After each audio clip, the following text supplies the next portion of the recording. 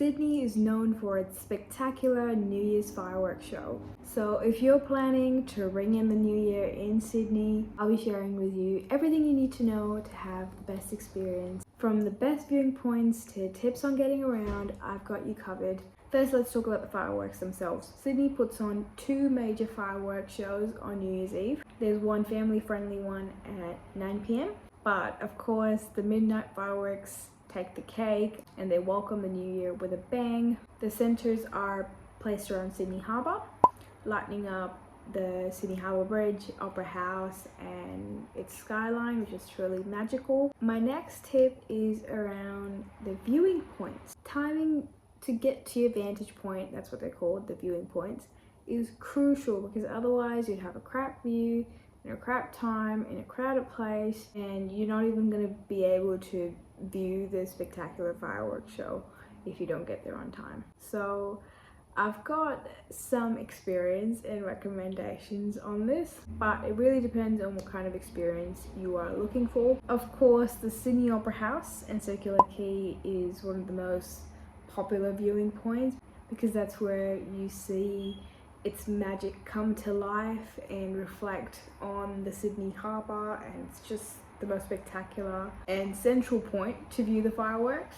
But these fill up so fast. Like, I remember 2 New Year's in a row, you have to get there at 9 a.m. and sit there till 12 o'clock if you want a great view. And remember, at those points, alcohol is not allowed, so you're really just taking snacks with you. There are bathrooms, but there are so many people there, so you can imagine the types of crowd it gets. I've actually never been brave enough to put myself through that because I don't think I can wait that long for fireworks. But if you're a traveler and you just want to catch that show in its prime location, go for it, but do get there at the crack of dawn. The next popular spot is the Rocks, which is a bit west of Circular Quay. The Rocks offer a great view and a fun vibe. You'll find food trucks and live music there, making it the perfect atmosphere, but evidently that also fills up really fast and sometimes you'll be caught under the bridge not even being able to see the fireworks because there's so many people there. There's also Barangaroo Reserve. They have ticketed spots there, but it has amazing views of the harbour and the bridge. It's family friendly and has food stalls, even seating options. Tickets are limited, so grab them in advance if you really want to secure your spot for a great view and don't want to miss out. Another one is Mrs. Macquarie's Point. This is one of the best places to see the Opera House and the Harbour Bridge, but again, it's popular. Arrive early, bring some picnic essentials and enjoy the evening with a picnic before the show. There's also unknown spots around the harbour which offer a distance view, but I really recommend them because I know my friends and I have had a great time and still caught the fireworks without the crazy insane crowds that come. I'm actually surprised so many times how many people come to Sydney fireworks. Everyone and their family and their dogs are there, like it's crazy. And popular spots like Circular Quay and Opera House are free, and they say you can come anytime and enter anytime, but because they get filled so fast, they stop letting people in. So don't be fooled when it says it's a free area, you can come there anytime, because when it fills up it gets too crowded. Obviously they're not gonna let more people in because it's just gonna cause so much trouble. So I really recommend Cremorne Point, which is from the north, and it's a grassy spot where a lot of families come. There's also the Maccallum Pool there if you're looking for a cheeky dip before welcoming the new year, or just catching it in style by the pool and overlooking a great sunset there before the midnight or 9 p.m. fireworks. Some people, I remember last time, brought floaties as well, and they went into the water with their floaties to watch the fireworks show from the water. But just be mindful of safety and be respectful of others if you choose to do that, because I know there's water police as well because there's so many boats in Sydney Harbour. If you're looking for a unique way to watch the fireworks, boat parties are an amazing option for you. You can book a spot on a cruise or a boat around Sydney Harbour all night, but be mindful, it's really pricey. Like, I think it starts from like $500. It is all inclusive, but it's for 4 hours. So you can drink for 4 hours, eat for 4 hours, and watch the fireworks. But I know a lot of people who even go on boat parties, because there's so many people on the boat party to view the fireworks. It's still crowded and some people miss the view, but it's nonetheless unforgettable. It's a boat on Sydney Harbour. You can't go wrong with it. You'll have a great time on the water, and it includes food, drinks, and a DJ. So what better way to welcome the new year in style? Some people also are lucky enough to score tickets to Luna Park, which is an amusement park in North Sydney that, you know, has a great view of the harbour and the bridge and Opera House. So if you can score tickets to that, you can get, you know, amazing amusement park rides, and you'll be able to catch the fireworks with a front seat. So there are both free and paid options when it comes to New Year's Eve spots in Sydney. Many parks and vantage points are open to the public, but if you want guaranteed seating and amenities, you might want to consider ticketed areas like Barangaroo, the Royal Botanical Gardens, or even be on a New Year's Eve cruise or restaurant that overlooks the view. These restaurants and cruises offer dinner, drinks, and the perfect view of the fireworks, or at least that's what they promise. But everyone's there for the same thing, so just be mindful that you might not be lucky enough in that situation to catch the fireworks. So I think putting down that much money just to see the fireworks and not being able to see it would be the biggest disappointment. So I really recommend those unpopular spots like Balmain and Cremorne Point, or a couple other spots around the north or inner west where you can see the bridge. My next tip is around what to bring. So as we've established, no matter where you go, you'll have to arrive early. Most popular spots will be filled by the afternoon, so be prepared for the wait. And to be prepared for the wait, you should, you know, carry all the essentials.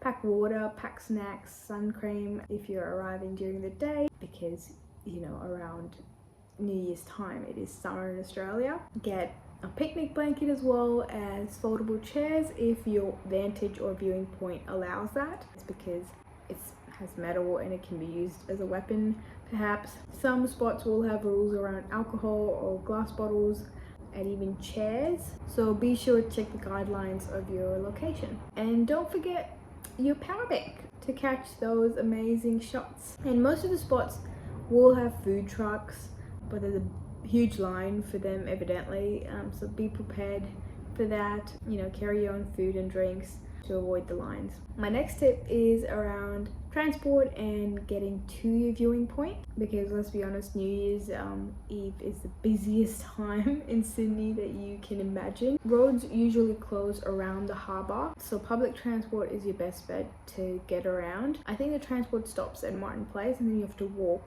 10-15 minutes to Circular Quay, Opera House, all that. In terms of trains, extra services will run on New Year's Eve for when everyone wants to get back or to their viewing point. But some stations like Circular Quay close early, of course, because it is a popular viewing point. So plan your route. In terms of ferries, ferries are a great way to get around to your vantage point, but they stop running earlier than usual because of the fireworks, as you can imagine. In terms of buses, additional services run especially after midnight to help people get home. So grab your card, which you can use to get around on public transport, or Opal card, which is the transport card here, and be ready for the long queues. As soon as the fireworks are over, please try to get home as soon as possible, because otherwise you'll be stuck there for 2 to 3 hours. My next tip is around weather and staying comfortable.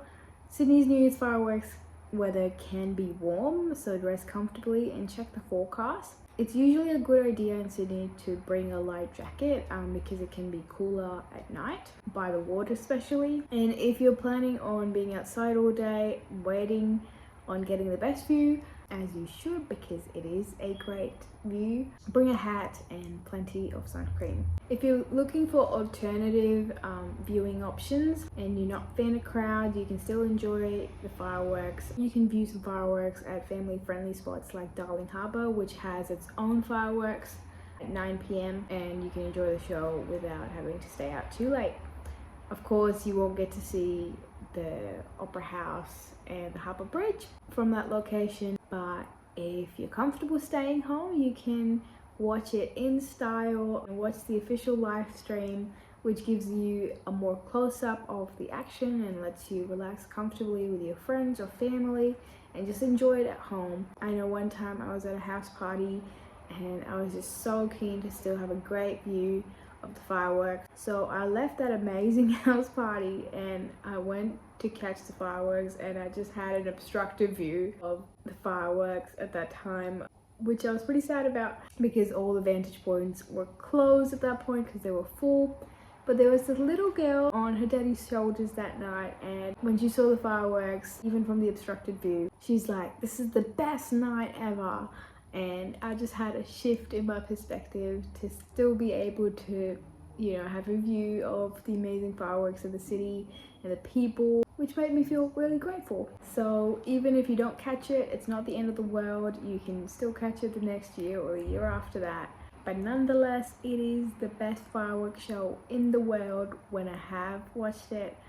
So I would really recommend it. And that's your ultimate guide to New Year's Eve fireworks in Sydney. I hope these tips helped you to plan your night. And let me know in the comments if you'll be watching from home or from one of the vantage points I mentioned. You can go on the Sydney website to know which vantage points are ticketed or free this year. Here's a local tip as well. You can ask a lot of people that you know if they have a house or place they're celebrating New Year's which has a great view, because everyone's keen to have a great view, okay? And if someone's happy to invite you to a New Year's party, everyone wants to celebrate with people on New Year's watching the great fireworks. So don't be afraid to ask around people if they're going to a house party or place that has a great view and you could be invited, or even bubble BFF to connect with people that would know of a great spot I could go to, because everyone's trying to have a great time and experience that night. So don't be afraid of that. Put yourself out there and you might be surprised of how you get to have the best experience of your life watching the New Year's Eve fireworks in Sydney. You can tell that story to people. So here's to an incredible New Year's in the best city in the world according to me, and I'll see you next year.